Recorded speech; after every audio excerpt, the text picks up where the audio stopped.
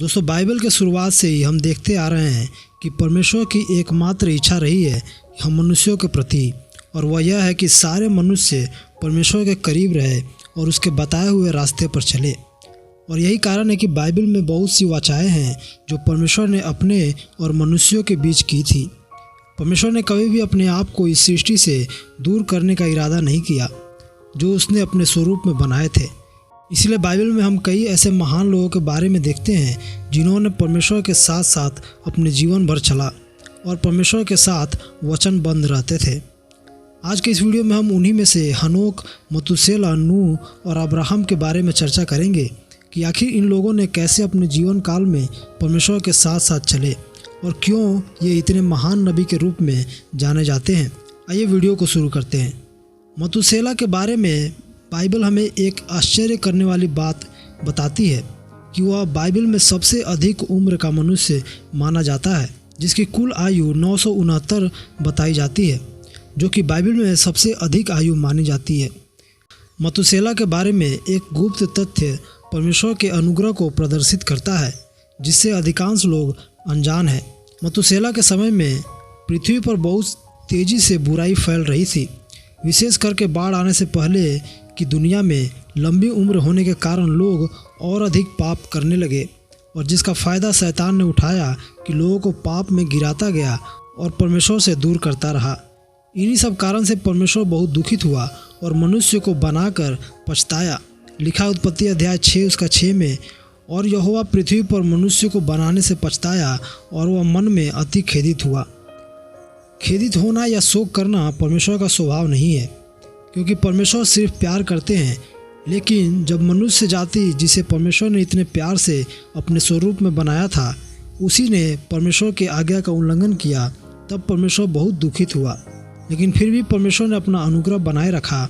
परमेश्वर ने एक ऐसे व्यक्ति को खोजा जो उसके साथ साथ चलता था, हनोक, जो मतूशेलह का पिता भी था।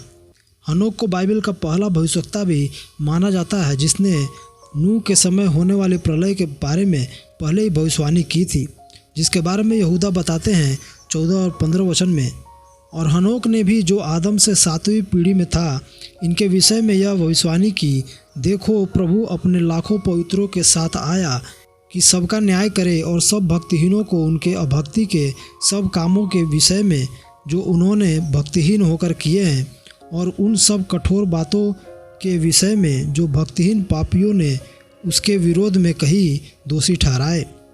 हनोक जब 65 वर्ष का हुआ, उसके बाद उसका एक बच्चा हुआ जिसका नाम उसने मतूशेलह रखा, जिसका मतलब होता है जब वह मरेगा तब होगा।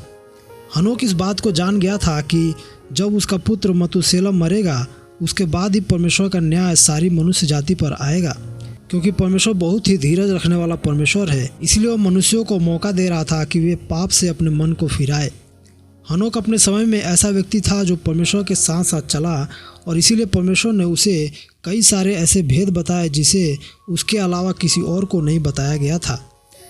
जब इस संसार में इतना अधिक पाप भर गया, तब परमेश्वर ने हनोक को इस पृथ्वी पर से उठा लिया। लिखा इब्रानियों अध्याय 11 उसका 5 में, विश्वास ही से हनोक उठा लिया गया कि मृत्यु को न देखे, और उसका पता नहीं मिला, क्योंकि परमेश्वर ने उसे उठा लिया था, और उसके उठाए जाने से पहले उसकी यह गवाही दी गई थी कि उसने परमेश्वर को प्रसन्न किया है। बाइबल इस बात पर जोर देती है कि भले ही हनोक एक सामान्य मनुष्य की तरह जीवन जी रहा था, फिर भी वह परमेश्वर के साथ साथ चलता था। यह एक ऐसी बात है जिसे हमें ध्यान में रखना चाहिए। मतूशेलह की मृत्यु और उसके बेटे लेमेक की मृत्यु के बाद नूह को छोड़ और कोई पूरे पृथ्वी पर धर्मी नहीं बचा था।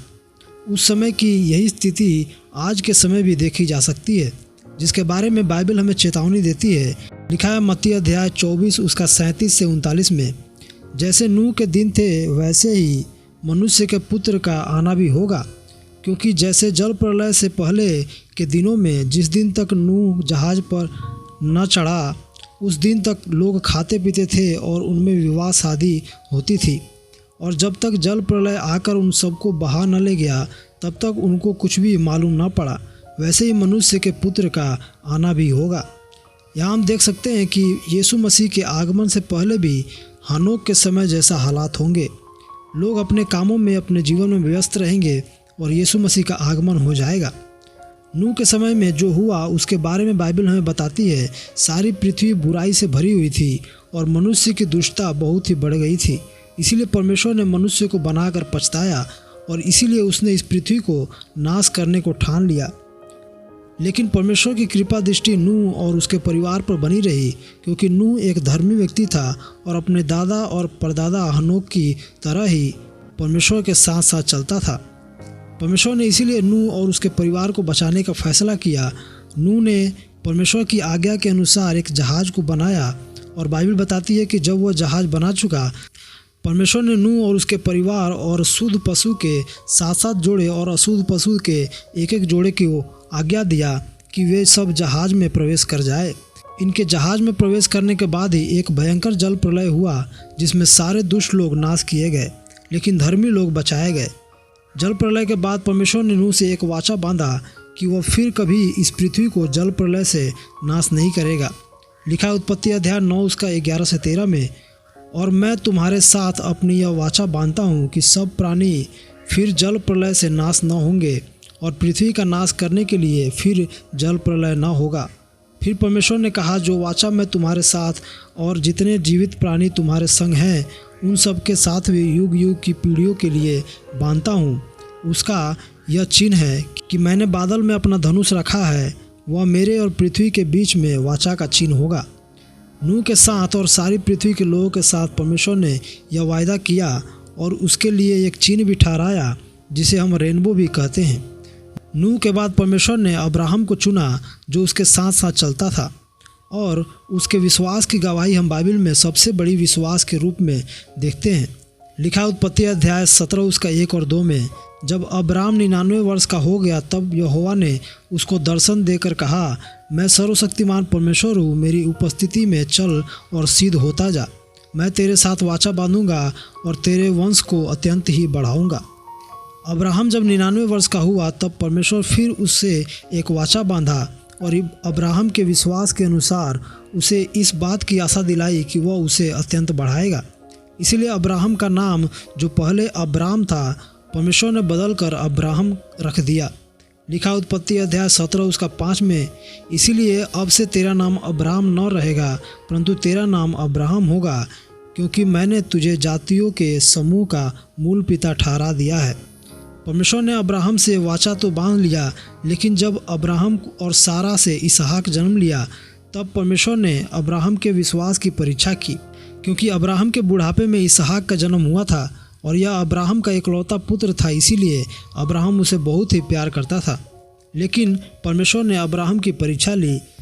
लिखा उत्पत्ति अध्याय 22 उसका 1 और 2 में, इन बातों के पश्चात ऐसा हुआ कि परमेश्वर ने अब्राहम से यह कहकर उसकी परीक्षा की, हे अब्राहम। उसने कहा, देख मैं यहाँ हूँ। उसने कहा, अपने पुत्र को अर्थात अपने इकलौते पुत्र इसहाक को, जिससे तू प्रेम रखता है, संग लेकर मोरिया देश में चला जाए और वहाँ उसको एक पहाड़ के ऊपर, जो मैं तुझे बताऊंगा, होम बलि करके चढ़ा।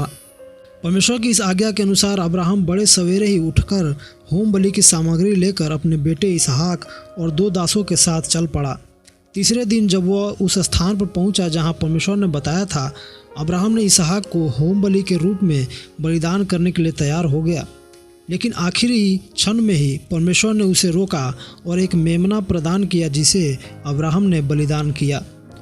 अब्राहम अपने परीक्षा में सफल हो गया, इसीलिए परमेश्वर ने उसे इतना महान बनाया, जिसे आज हम बाइबल में सबसे बड़े विश्वास कर रखने वाले महान व्यक्ति के रूप में भी जानते हैं। दोस्तों, आज के इस वीडियो में जिन लोगों के बारे में हमने देखा, इनके इतने महान विश्वास के कारण ही आज हम इन्हें बाइबल के महान व्यक्ति के रूप में जानते हैं। इन लोगों ने अपना पूरा जीवन परमेश्वर के साथ साथ बिताया और आज भी बहुत से लोग हैं जो परमेश्वर के आज्ञा का पालन करते हैं और उसके साथ साथ सच्चाई के रास्ते पर चलते हैं। आशा करता हूँ आज की इस वीडियो से आपको बहुत कुछ सीखने को मिला होगा। वीडियो को लाइक करें, अपने विचार हमें कमेंट करके ज़रूर बताएं और चैनल को सब्सक्राइब कर लें ऐसे ही और वीडियो के लिए। धन्यवाद। जय मसीह की।